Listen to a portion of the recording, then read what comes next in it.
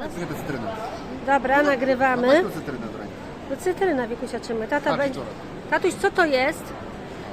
Misiu, co to jest? Obiad. A jak to się nazywa? Ostryga? No. Ojej, kapie ci, Misiek, uważaj. Nawet na mnie na bluzkę nakapałeś. Misiek, żebyś na bluzkę sobie... A nawet mi nakapałeś na Dobra. te bluzki. O, Ty mi nakapałeś. dobrze, cichutko. Wyciśnij Darek, trochę bo ja cytryny. nagrywam. Wyciśnij. Znaczy cytryny. Tutaj tata je ostrygi, a tutaj przed chwilą był szczur.